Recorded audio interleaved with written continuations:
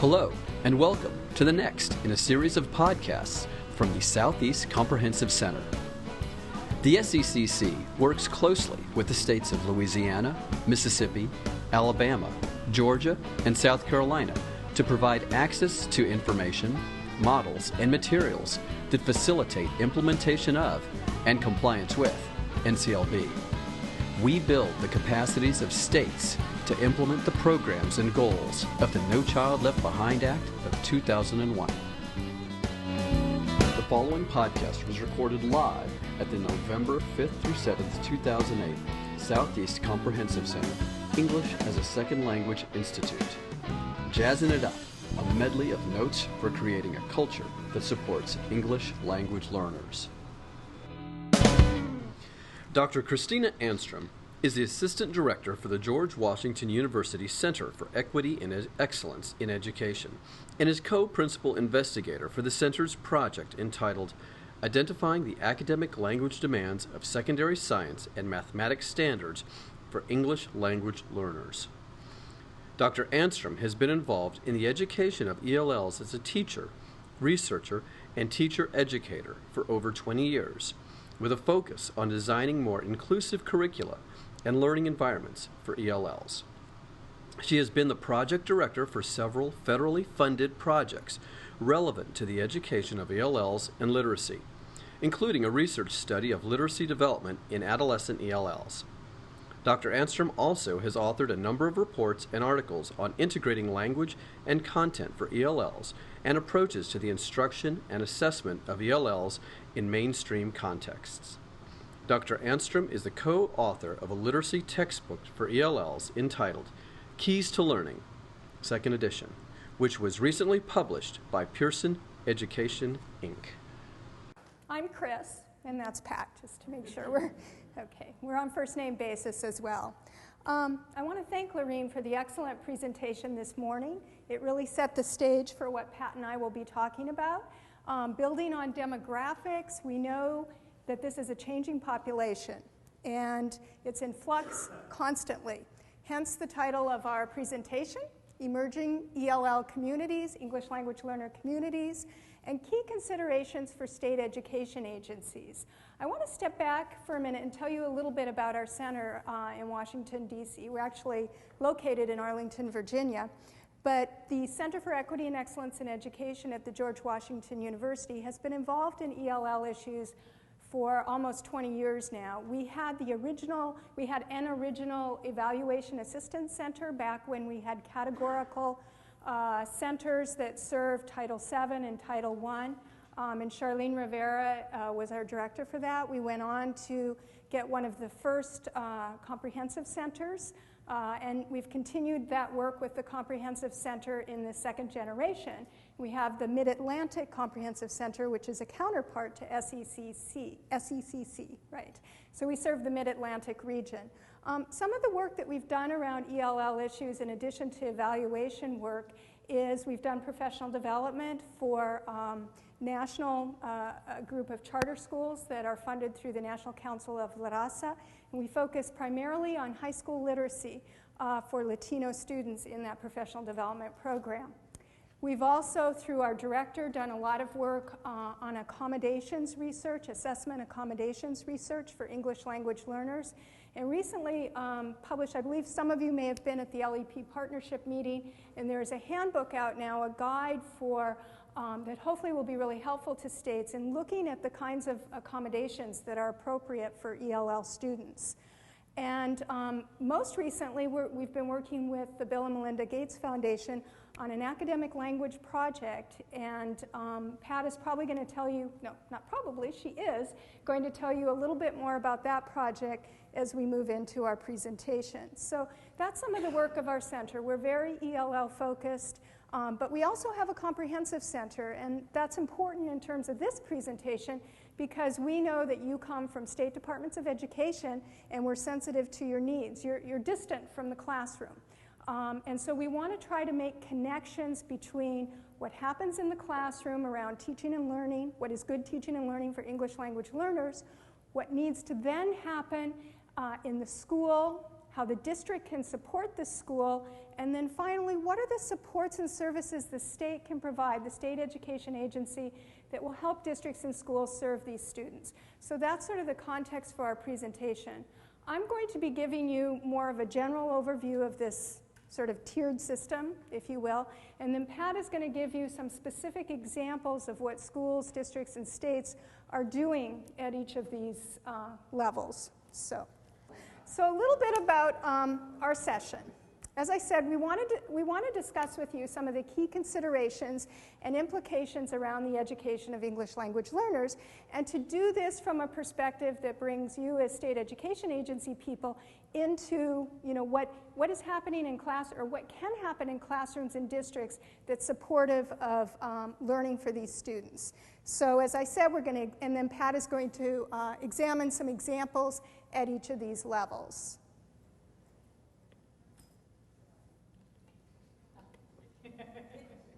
Okay, all right, and the way in which we're going to do this is to look at some key considerations that go across all three of these levels. Now, these aren't the only considerations. There are many, of course, and the gentleman back here brought up a very important issue, which is funding. But hopefully we can bring that into the conversation as we talk about these other key considerations. So in terms of looking at ELLs, it's always important to start with the student. What are our student characteristics? And we had a very broad overview from Lorene in terms of what are the demographics saying about these students.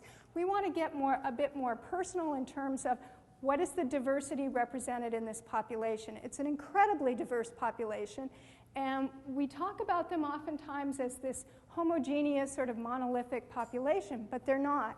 Even within the Spanish-speaking population of students, we have students that come with very different education levels, very different experiences with literacy, very different home communities, etc. So we need to acknowledge that, not just acknowledge it, but we need to build that into our thinking as we're planning for instruction, curriculum, and professional development for our teachers. Obviously, we need to, so the student, what we know about students really needs to drive what we do with curriculum and instruction, which is our second consideration. And then finally, educator capacity. How do we build the capacity of our current educators, our teachers, our principals, school leaders, etc., to serve these students? And then what are some ways we can think about recruiting and retaining new teachers? These are all issues, they're all very complicated, and I can't promise you that we're going to address them thoroughly in this session, but we are going to touch on these topics and hopefully set the stage for what will be a two-day discussion. Okay?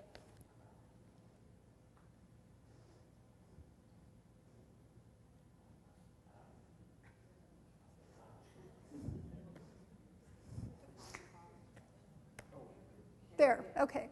Thank you. Thanks. Okay, good.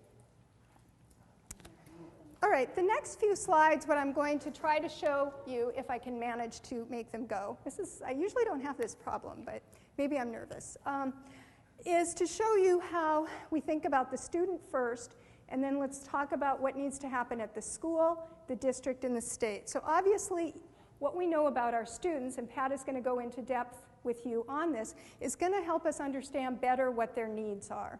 And that's really this first slide in terms of looking at student characteristics and needs. And as you'll see, they're at the center. So as we think about our whole educational system, we always need to keep that in mind. Okay? Okay, then we add the school in. And once we've considered what the student characteristics are, what their needs are, etc., what needs to happen at the school level? All right, obviously we need to have curriculum and instruction that is appropriate for English language learners, that is adapted and applicable to their different proficiency levels. We need to have assessments that get at what they're actually learning. We all know that state level assessments are not enough in terms of helping us plan instruction. So we need to think in terms of the formative assessments that we either have in place or many district schools are putting in place now. How can those formative assessments help us in terms of understanding the needs of English language learners as well as our other general education population? Then, do we have the educator capacity to implement that curriculum and instruction. Who are our teachers? What kinds of professional development do they need? How can we recruit new teachers into our systems? We know that you come from rural areas. What are some strategies that rural districts have used to invite and encourage new teachers to come to their districts and schools?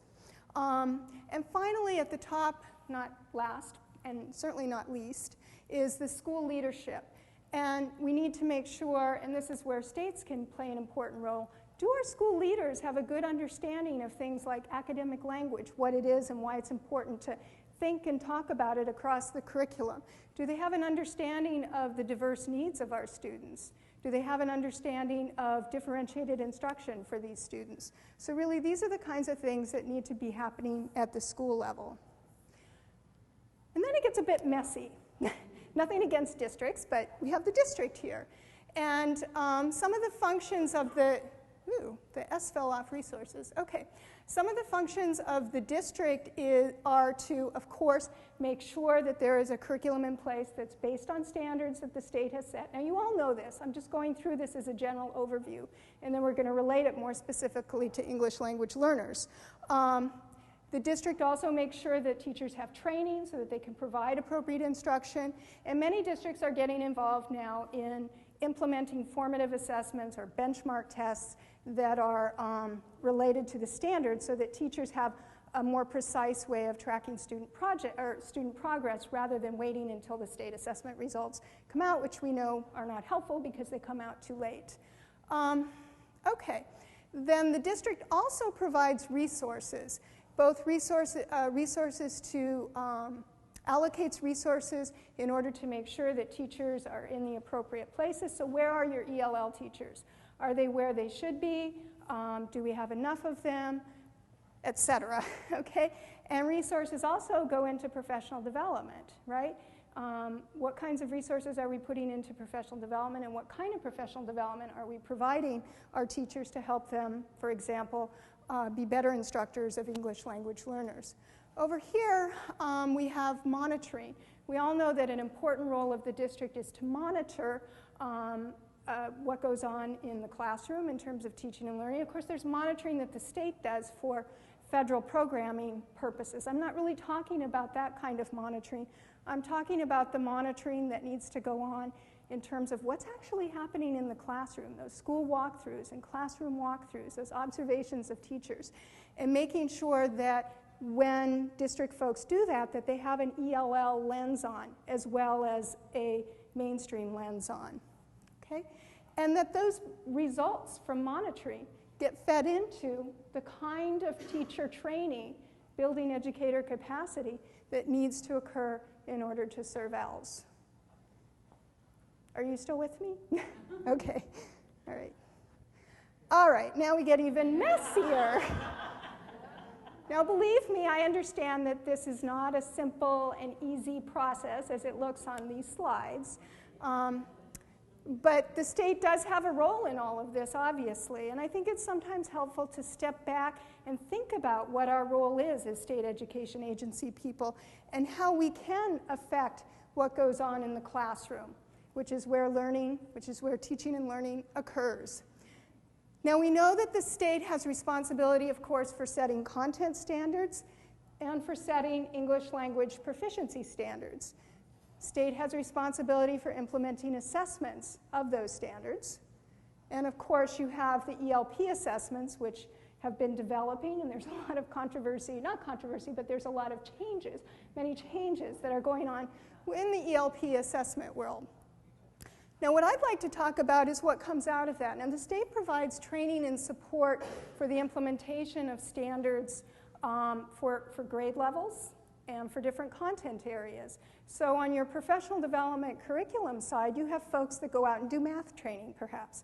You have folks that go out and do science training, literacy training, et cetera, that is tied to the standards. On your ELP side, you have your poor Title III director who's burdened and oftentimes goes out and tries to provide professional development to the ELL community. Now there has been, and you'll note here that there's a lot of connection going on. There's a dotted line on this side, and there's a dotted line on this side. And I did that purposefully. I'm not saying that there's no collaboration or coordination, but this is an area where we need to work, right here, in terms of what the state can do to coordinate and collaborate between what goes on the ELL side of the world and what goes on in terms of the standards and content that is the training and support that's provided for that on sort of the general education side. Now, there has been some movement, just to provide a perspective, in terms of ELP assessments, standards and assessments. For many years, those standards, if there were any, or assessments, were mainly language-focused and were not tied to content. And we know now through consortia such as the WIDA consortia, how many states here use WIDA as your standards and assessment? Okay, so a couple.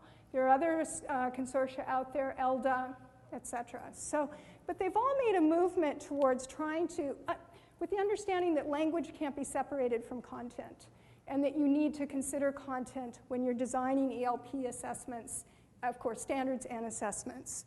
So there has been some movement on this side towards, building a bridge, I guess, over to the standards and assessment side over here. But where we need to think about is how this training and support can be used to help this side. And that's where I'm really glad that we have professional development, curriculum, literacy people here from that side of the circle, if you will. And we're going to talk about some ways perhaps that we can forge some collaborative relationships across these sort of divisions in the state to provide more training and support that's integrated. It's not just about math standards. It's about math standards, but also with language considerations, so that perhaps the professional development people are working together, ELL person and standards and assessment, or professional development person in mathematics, to provide a training for all teachers that incorporates what are the language issues around math, as well as what is the mathematics reasoning skills that are needed. I'm now going to turn it over to Pat, and we're going to step away from the state for the minute, and we're going to go back to students, because that's where we need to start. So. Okay, all learners are different. They all have individual differences, personality differences, learning differences. English language learners, especially those who are also immigrants, come with such different language, different culture, they're from a different country, they have differences in the kinds of school they've gone to. All those things are something that I found very enriching and helped me be creative in dealing with them. But on the other hand, all those differences also mean differences in how they relate to the educational program that we provide them, the different services that we give them. We have to consider all those things when we're working with them. And we have to consider whether they're at home, they're using English, a different language, what language that is. We have to consider, how literate they are. Okay, maybe in their home there are many books, they're literate in the first language, maybe not. Maybe they have a certain level of English proficiency that's social. They can have a conversation with someone, they can understand teachers' directions, but they don't have some of the school language that they need to know in order to understand what the teacher is saying at some level, and in order to demonstrate that understanding on the kinds of assessments we give them. Okay? So what we want to do is think about, for a little bit, we're going to step back, and I love Lorraine's video, because that really brings out one of the student's perspective. Student as a language broker, student as someone who is competent in certain situations, maybe not so competent in others. But we're going to take a few minutes to do this activity. You have, on your tables, you have student profiles. We're going to take a look at 4 different students.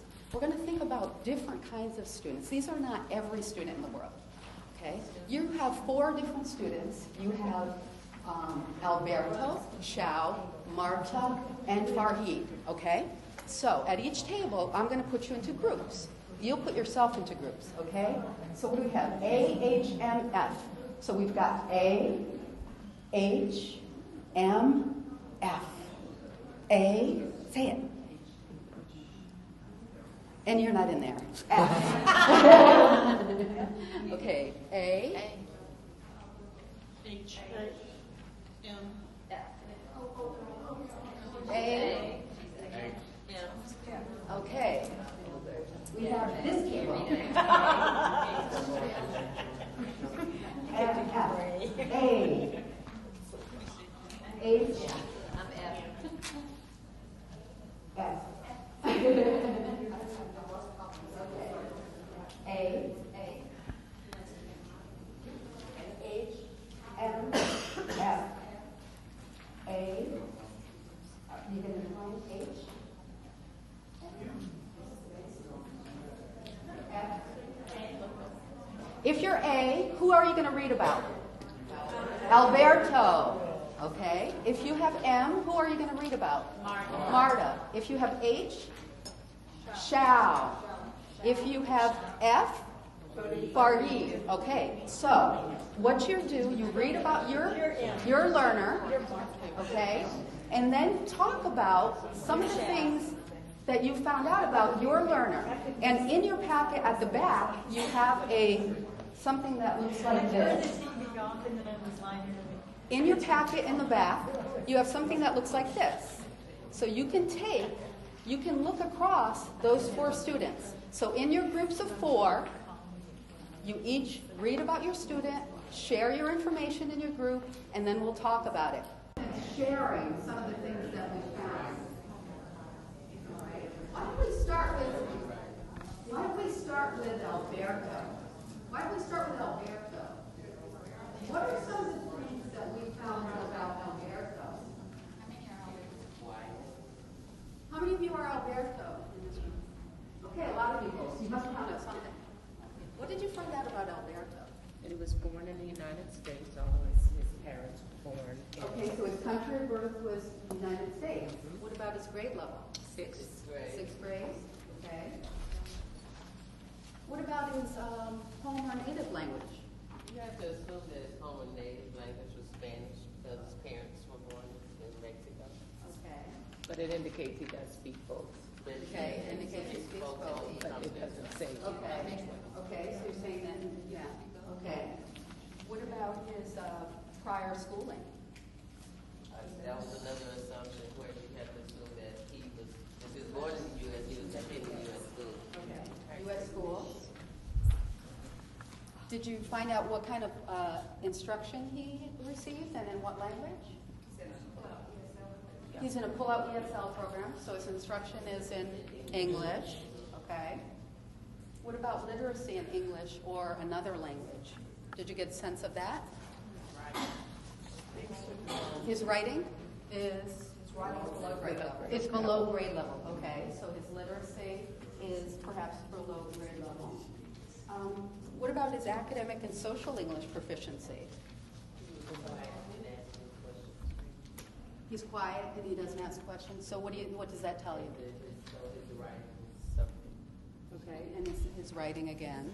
But it does say he speaks both English and Spanish, so he does have, So at least verbal proficiency. But he's at risk, okay. Right, a lot of students, and we talked about the questions that people, Robin Jarvis, she was talking about how, about questions and being afraid to ask questions, and a lot of our students have that fear, so they may not have, they may be able to talk to their friends, but they may not be able to actually ask questions in class. And one of the strategies is to actually practice routines of asking questions, kinds of questions, how to get, making sure that students feel comfortable in that, creating a safe environment for students. Okay. All right, anything else on Alberto? All right, what about Xiao? What do we know about her? Vietnamese, okay. Which grade? Ninth grade. Language? Vietnamese, okay. What about prior schooling? Like a lot of it's not clear what kind of background she has. Okay, not clear. There were some clues as to what she may have had. It gave her age when she came to this country, so you assume that you'd have to assume she has at the corresponding grade level for her age. And she has, she knows, how well does she know Vietnamese? She can read and write in the language. So I get when, yeah, she's literate in that language. So I was thinking that maybe she went to school. That's how she learned to be literate in that language. But you're right. It is an assumption on my part. What about her literacy? Okay, so she's literate in Vietnamese. What about academic and social English proficiency? She struggles with it. Okay, maybe she's shy. Maybe she doesn't feel comfortable with conversational English. And then in terms of academic English, she's struggling with it. Anything else for shy? Well, she's given, her English instruction was in English, which inferred by her academic at-riskness that was going to be a struggle for her. She was in English class, okay, learning through English. Okay. What about Marta? Where's Marta from? Mexico, okay. And what grade is she in? Okay, what's her home or native language? Mixteco, okay. She's in 8th grade, but it's interesting to know that she wasn't 16. She's 16 in the 8th grade, okay. And that happens to a lot of the students. It's questionable about whether they just, to me, in my mind, whether they just placed her in 8th grade or was she really on an 8th grade level because of the, lack of education, it seems, where she came from. It's hard to know, unless we know what she's been there for 3 years, so she might have been placed as a 13-year-old in 5th grade. Okay, right, and that's a good point because some of the students are not placed correctly because we haven't assessed them appropriately. They may have gone to so many different schools that we're not really sure where to put them. We may not have facilities in our district or in our school to deal appropriately with them at overage. We don't have an overage or sheltered or newcomer type class that might be more appropriate for them.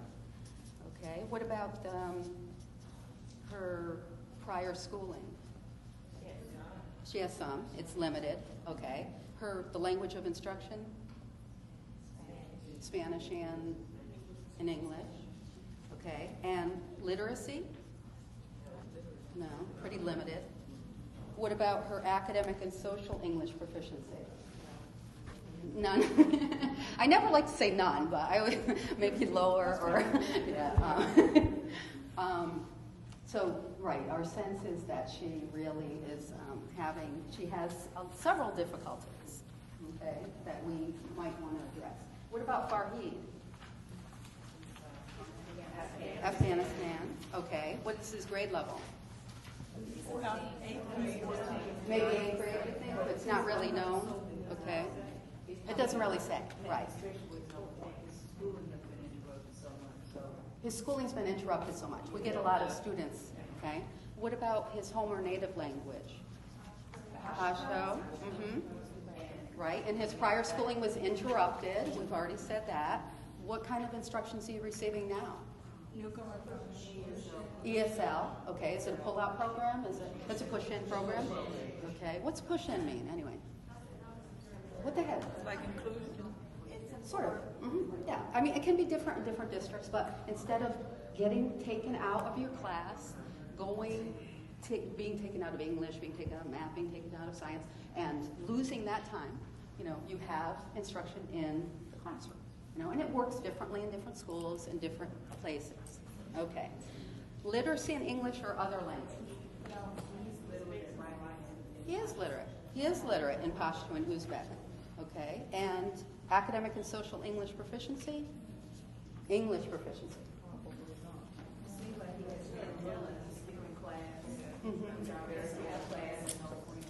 Okay. So he's got some risk factors.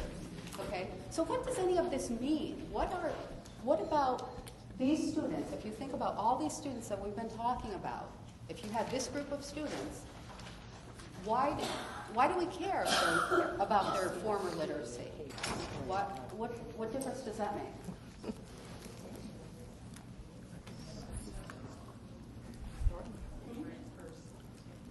transfers, okay?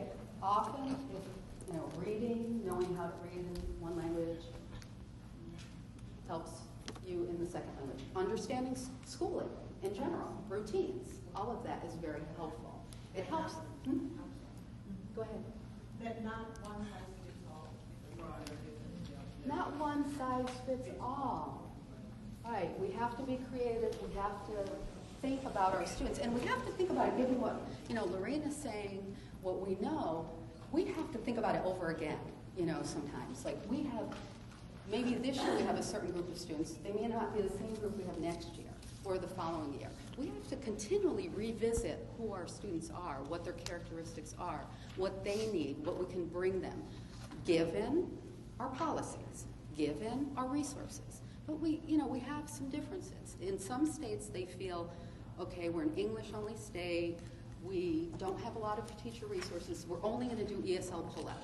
Well, ESL pullout has been shown not to be the best method, probably the worst. And so why not do push-in instead? Why, there are things you can do instead with the same resources, with the same teachers, with those same students who speak 20 different languages. Okay, so we do have options. We have, anybody else notice any commonalities across these students that we could take advantage of? Anything in common? Yeah. Well, their native language is spoken at home. Okay. So what can we do to help the parents help the kids? Right. What can we do? And all of these students, of course, are middle and high school level, and where we have more of a problem bringing parents in anyway. But, you know, what are some of the things that we could do to help the parents? Well, there are family literacy programs that can be helpful, you know, and in terms of if you have the option of having bilingual education, I mean, there are certain things, and we don't have time to get into all the different program options, and I know Robin, Scarcella, and Mabel are going to talk more about those later today.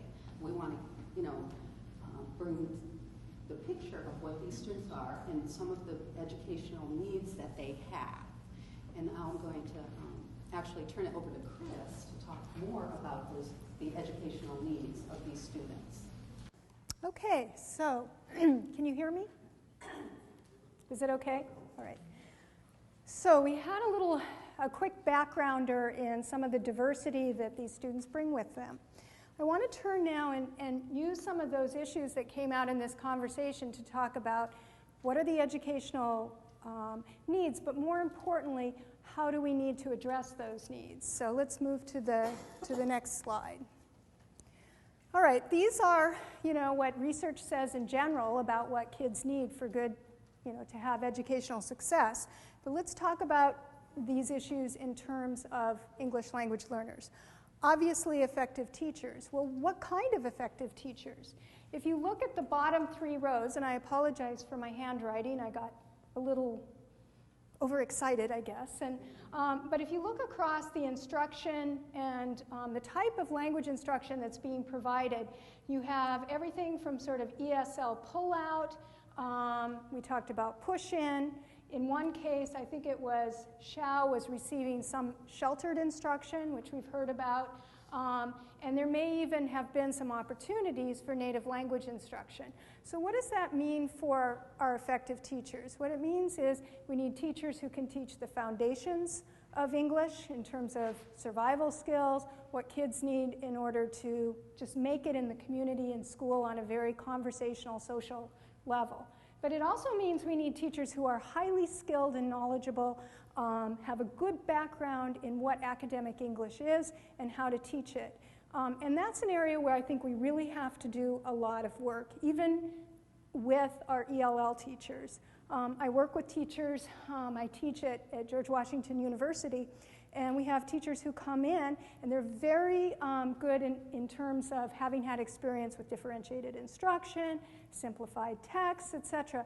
But where they often are not as well skilled is in what is the language that they're teaching and how do they teach it? What is academic English? And typically there's only one course that ESL teachers take at least in my university. It's called Linguistic Applications, and it gives you some background in linguistics, but it really depends on how that course is taught. Is it taught from a theoretical perspective? We all know theoretical linguistics is very different from applied linguistics, and Robin can, I'm sure, talk about that as well. But, and are we giving them the skills to be able to teach that English? And then secondly, are they learning about language in terms of the content areas that their students are teaching or taking? We all know that the language of science, and there's a whole literature out there on what the language of science is, what the language of mathematics is, language of social studies, etc. Are we really educating our ESL teachers to teach this type of language? Not just vocabulary, but grammatical structures, discourse features. What are the organizations of the texts that kids are going to have to learn how to read?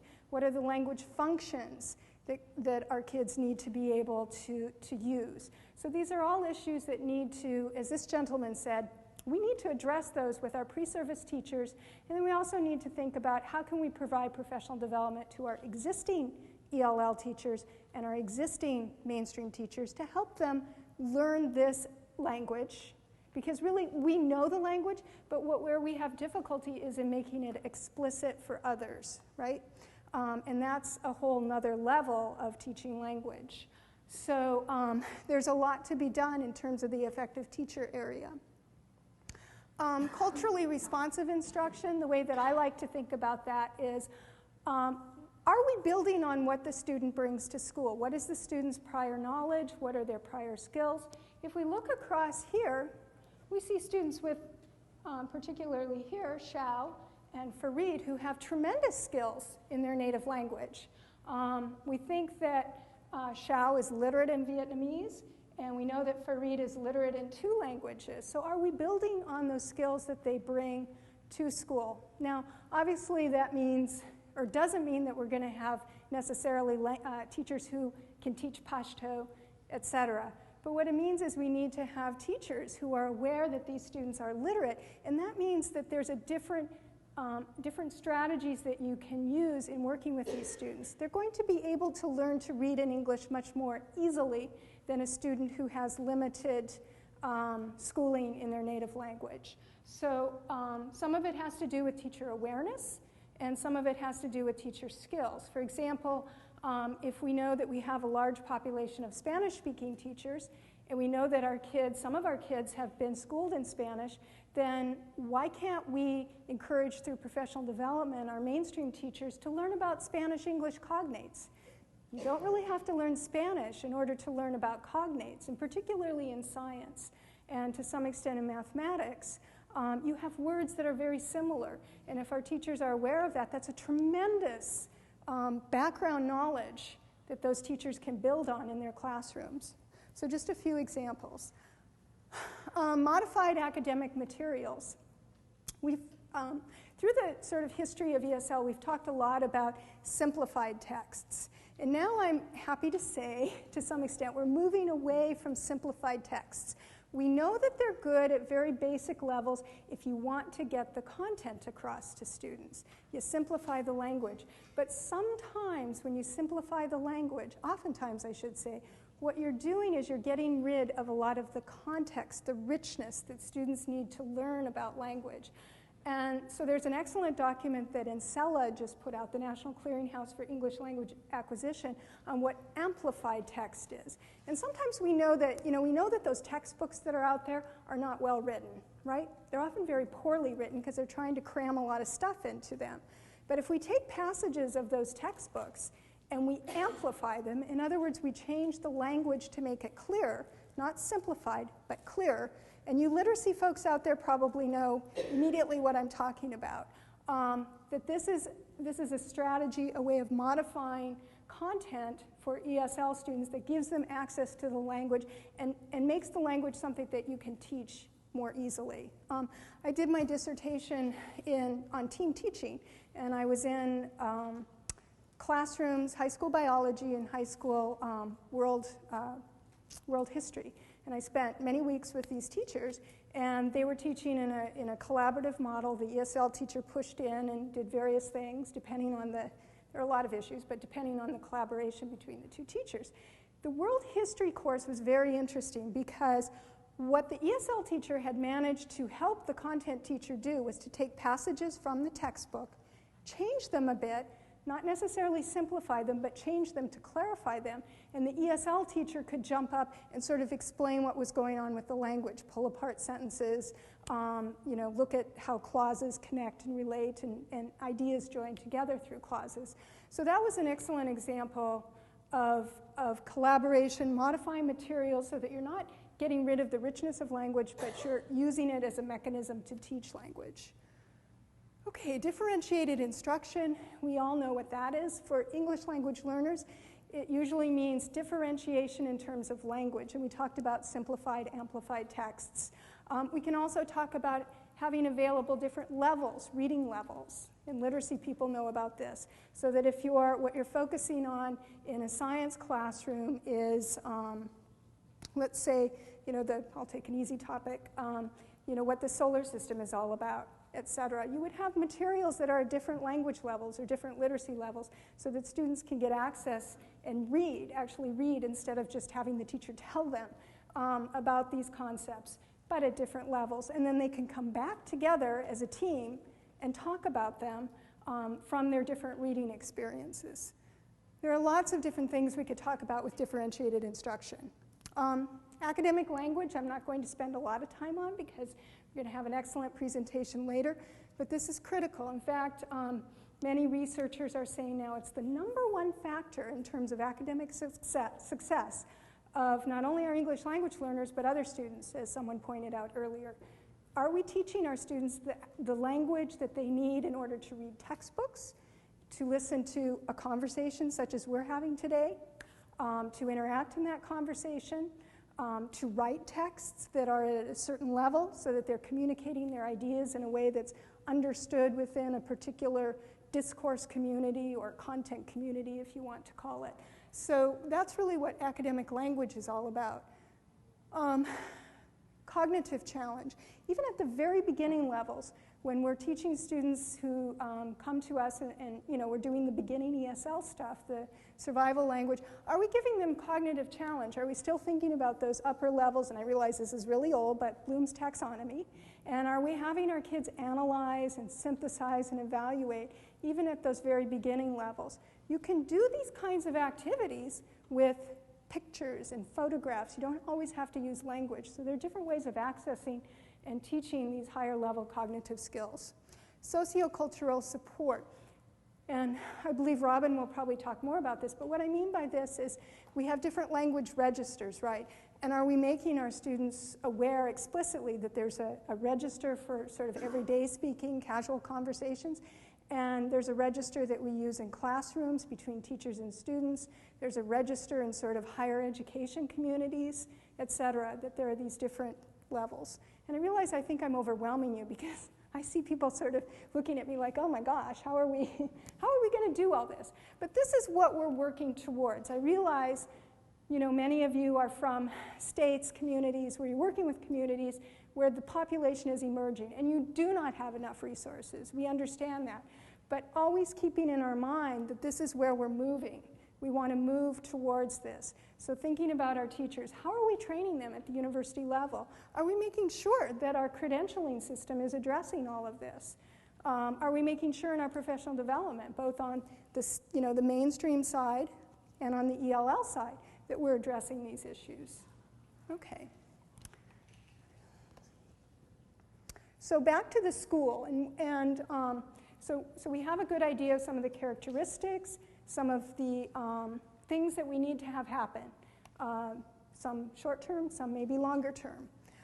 But in terms of what the school needs to be thinking about, obviously there's the curriculum, and they have a curriculum that this is where the state can start to think about some of these issues. Obviously there's a curriculum for grade levels that are hopefully based on standards, curriculum for content areas that are based on standards, and thinking about sort of looking at what classrooms, schools are doing. Is that curriculum being modified for English language learners, or are they being taught a completely different, separate curriculum that's not related? to what the mainstream curriculum is. In terms of educator capacity, what do schools do? Well, what they need to start working towards is training all teachers around some of these issues that we talked about earlier. Differentiated instruction, academic language, because academic language is not only useful for ELLs, it's also useful for other kids. So do they have a coherent, schools need to work towards sort of a coherent professional development that's ongoing, obviously, providing time for teachers to plan together, to collaborate, because that's a big piece of it. You can't just come in and do a workshop or two and then expect teachers to go off and be able to implement.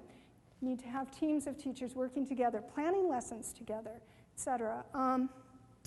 And then the school leadership, obviously. Does the school leadership have a vision? And if any of you at the state level are working with principal programs or you have leadership academies, et cetera, those are the places where we can start to instill in our school leaders knowledge of these issues and the kinds of things that they need to be thinking about when they're planning professional development or recruiting and retaining teachers, looking for specific kinds of skills.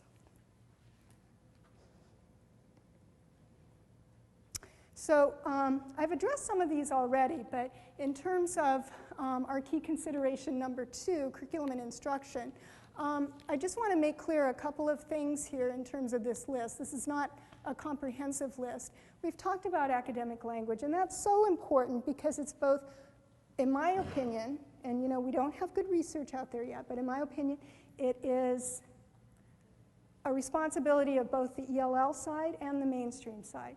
But where the problem is how can we as state people, or when you're working with districts as state people, how can we help districts get a coherent vision around what their teachers should be doing? What do you want your mainstream teachers to be doing around this issue of academic language? What do you want your ELL teachers to be doing? Because as long as we don't have a coherent kind of vision for what teachers should be doing in terms of sharing this responsibility, it's going to be that much more difficult to provide the instruction. Native language strategically, if possible. A lot of times in the history of our field, we've used bilingual aids to help out in this area. There's some pros and cons to that. But looking at your resources, helping schools to look at their resources strategically in terms of can they provide any native language instruction. Actually, my example of cognates in Spanish is native language support. So, when you say we can't do native language instruction or native language support, by helping teachers learn about cognates, you are providing native language support. Sort of address number 3, interactive instruction in the curriculum. It's important that teachers know how to interact with students orally around content. And there's a lot of research in instructional conversations, which you may be familiar with. If not, just Google it. And I think it's Claude Goldenberg, who's done a lot of work in that area. And it's ways of teaching where you're talking with students and you're questioning, they're going back and forth in terms of talking about the content. And that's really critical for developing literacy skills as well. And we talked about the school is very important in terms of supporting the home language and culture. How is the school reaching out to bring parents into the school? That's hard, we know, because oftentimes the parents don't speak English. Can you find native language translators in your community? Can you get in touch with churches and community organizations that may have access to these people? So some things to think about there. And again, we're still on the school level. I think we've talked about all of these, but these are really areas that we need to build teacher capacity. So we know about the survival language. ESL teachers need to be able to teach navigational language, which is, how do students, what is the language of classroom routines? Are they building that language in the ESL curriculum as well as sort of the survival social language? ESL teachers need to have understanding of content. And so when we're looking at our credentialing system, we're looking at our professional development, are we providing ESL teachers with information on the big concepts that go across the science curriculum, the big concepts that go across the mathematics curriculum? You know, maybe they're not getting that in their pre-service program. Can we come up with some coherent professional development where we're bringing mainstream teachers and ESL teachers together to help them learn about these core concepts so that then they can teach the language through those core concepts in ESL. Sheltered English, of course, is a little later on, and that's when, when a community has a few more resources, a few more students, perhaps you can get your mainstream teachers who are credentialed in whatever the content area is to get an endorsement in ESL to support them so that then they can teach a sheltered class to students. In other words, this is grade level content, but it's taught in a sheltered manner. So that's sort of a step up from the core content area concepts that ESL teachers are hopefully teaching in their ESL curriculum. Okay, we talked about academic English in a culturally responsive manner, of course. I think I gave you some ideas of what I'm thinking about when I think of culturally responsive teaching. So what can our school leaders do? Consistent support. And when you're thinking again about leadership academies, how are you providing training for your school leaders to support academic language? Do they understand what it is? Do they understand the importance of the sharing of responsibility? A school climate that fosters cross-cultural knowledge and skills. How are parents being brought into the school? How is the culture being identified in the school in terms of these different characteristics? And in turn, how are our teachers learning about the community? There's a wonderful, it goes way back, Luis Moll, his Funds of Knowledge, and he has teachers go out into the community almost as study groups, and they study the community as you would if like you're doing an ethnographic study. And that's a tremendously effective way for teachers to learn about the community. And this can be done through professional development, getting the teachers out in the community to learn about the home lives of students.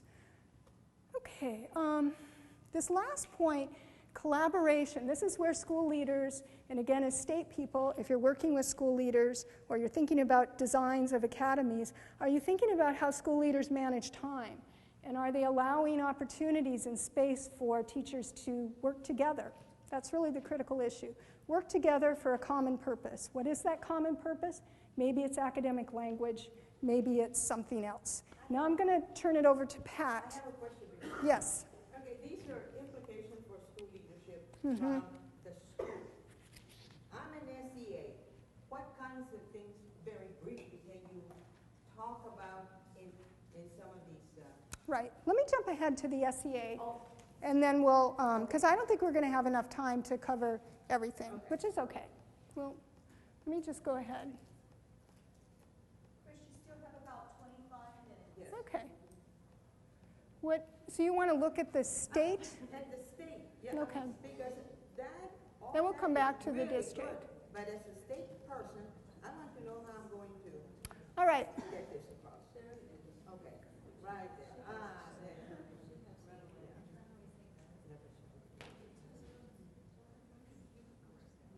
Start again. Mm-hmm. It looks like it goes in automatic.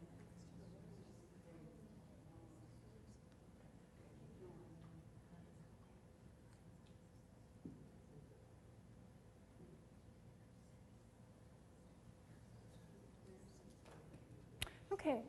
We're going to skip the district. We'll maybe come back to the district if we have a chance, but of course the district plays an important role.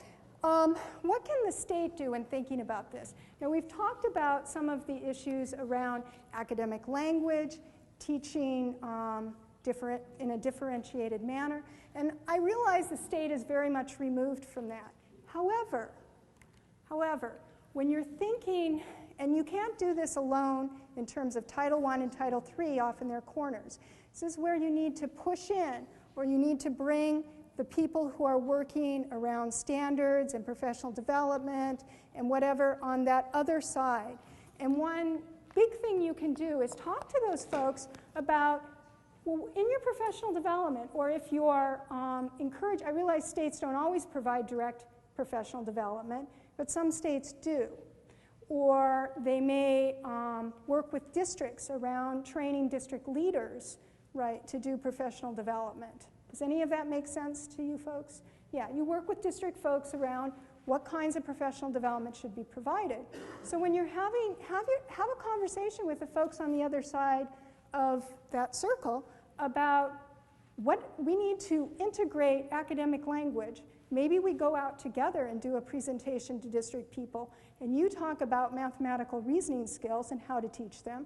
And I'm going to bring in this other person who's going to say, here are the language issues you need to consider. This is what ELLs can and cannot do, and this is kind of what they need to learn in order to become ready for this kind of instruction. And then we get into the classroom.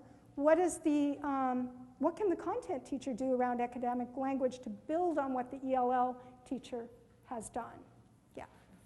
I was just going to say, state departments are service providers to districts, and so my mantra is how can we be better service providers? And part of the problem is I don't think we serve districts well in this arena because departments are often organized by function. Yes. I mean funding flow rather than function. Like when you were talking about differentiated construction, I also have special ed. Yes. Well, response to intervention would be a good training ground.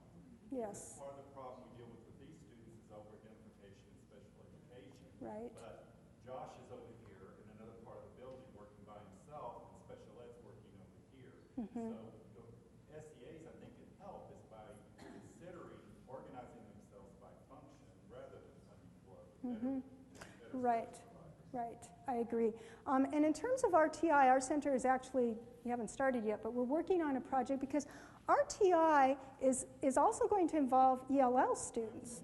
And what are the strategies that, the language strategies that need to be thought about if you're differentiating at those different levels? And then on the part of the teacher, what kinds of assessments or diagnostic assessments are they doing to diagnose for ELL, special ed, mainstream? So, this is all going to require integration. There's really no way we can do it alone without getting the people on the other side of this circle to work with us. And so, in terms of the state role, or the state leadership role, I would say professional development is number one. What can you do around professional development now as you work with districts to help them understand how they need to integrate their professional development? And it may be around one issue, academic language. It may be around differentiated instruction. I don't know. Do you all have some other ideas? Yes.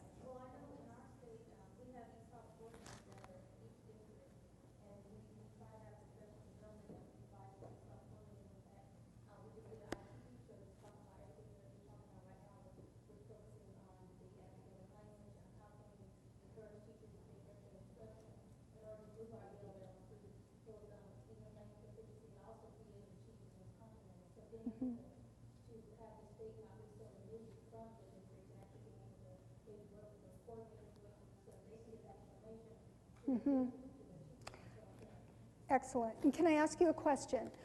So you're providing training to ESL coordinators at the district level. Good. Okay. So you're trying to involve the content side of the piece, whatever they call themselves, in that training. That's excellent. And that's a leadership role that the state can take on now. Think about the training that you're providing. Think about the work that you're doing with districts. That's really, one area, I think. Now, you brought up the area of teacher pre-service and how are we helping our universities understand these issues. Let me just ask you just want to go back here, a few questions about your credentialing, because I think that this is important. If I can find them.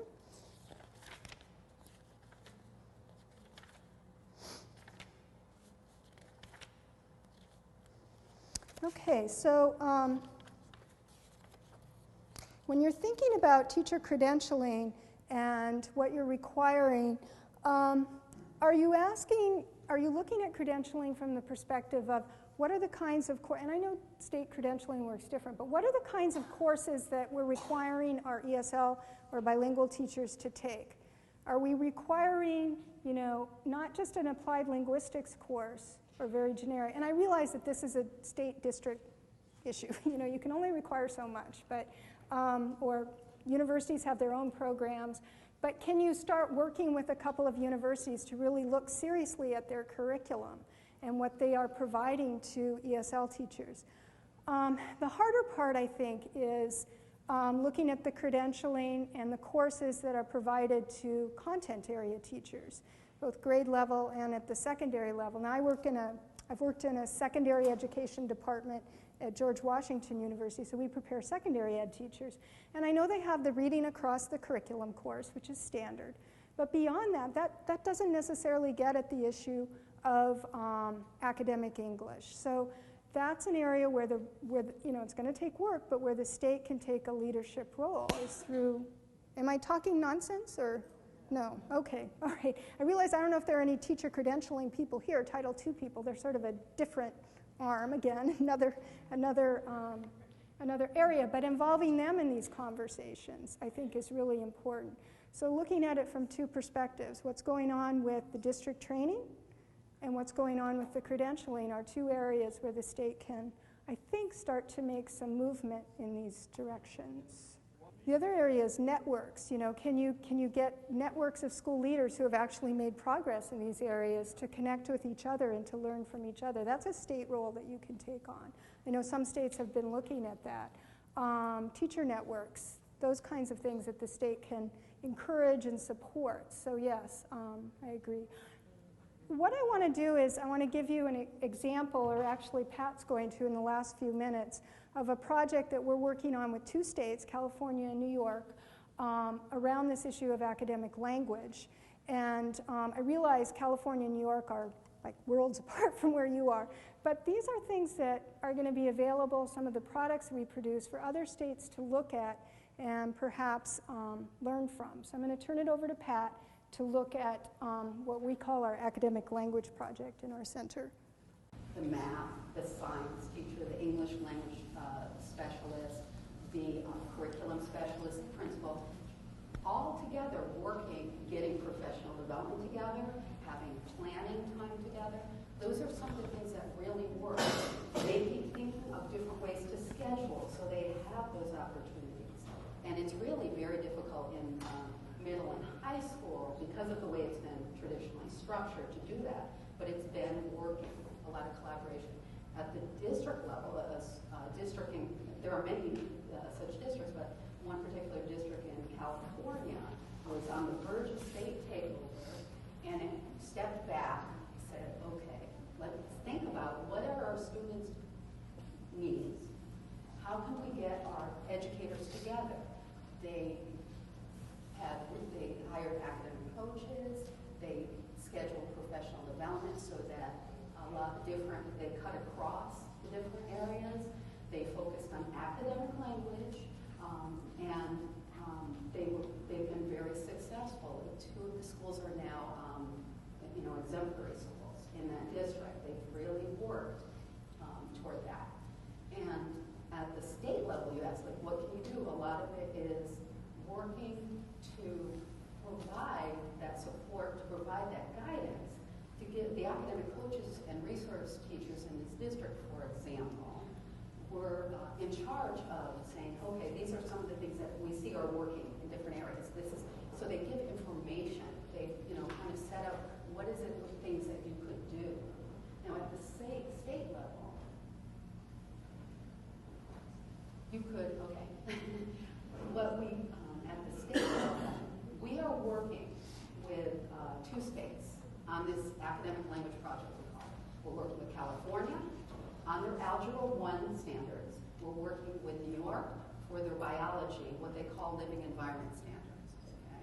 What we're doing with them is all around academic language, but we're looking at those standards, and we are trying to make the academic language explicit for those two states. We're trying to work to making it clear at the state level, then eventually at the district level, eventually at the school level, that yes, in terms of content, students need to know this. What does that mean in terms of academic language? What do we need to offer the students in terms of what kinds of an academic language, it's not Robin will define it better later, I'm sure, and right after lunch. But we're thinking about academic language in terms of different language register, different discourse, different vocabulary is a part of it, and we've done a good job of focusing on vocabulary in some places. But it's broader than that. So what we're doing, and with these states, is we're looking at the content standards, making academic language explicit, and we're also providing support for moving into the professional development field. That wasn't our intention with this project, but that is what the states really felt that they needed support with, so we're doing what we can. This project is funded by the Bill and Melinda Gates Foundation, and it's a 26-month project. So we're in the first year of that project. This is an example of what we've been doing in New York, okay? This is all we could really get on the screen. At the top, you have the living environment standard. Their content standards for biology are pretty explicit. This is the 9th through 12th grade level. So they tell you very clearly, this is what the student needs to know. Living things are both similar to and different from each other. They also have performance indicators attached to those, and these are on your flashcards, and explaining how diversity of populations relates to the stability of ecosystems, and then major understandings. So they're very specific. But what we've been adding, we've been working with a team in New York to do this, and working on our own in our offices with content and language experts, is add the academic language functions like analysis, academic vocabulary, and grammatical structures. This is just the start. There are other pieces that will be added, okay? And I have a warning, so I only have one more minute, but in California, we're doing something similar. Their content standards are not so explicit. We're working with algebra, but we are working with two power standards in algebra, and we're building out professional development modules that they will use so that their districts and their teachers will make explicit the academic language in their algebra standards, and both states are prepared to do this and prepared to move it to other content areas. California is very interested in a lot of the things that we've been mentioning, working on professional development that brings out what academic language can I, as a math teacher, be expected to help my students with? What kind of academic language can I, as a professional development person, be prepared to? What do I really need to help people with? All those kinds of questions. This isn't done yet. We're in the midst of it. If you have any suggestions, thank you. And we will now just leave you to reflect on your own, apparently, on these. But if at lunch we can talk about any of these issues, you can ask us any questions about them. Okay. Thank you.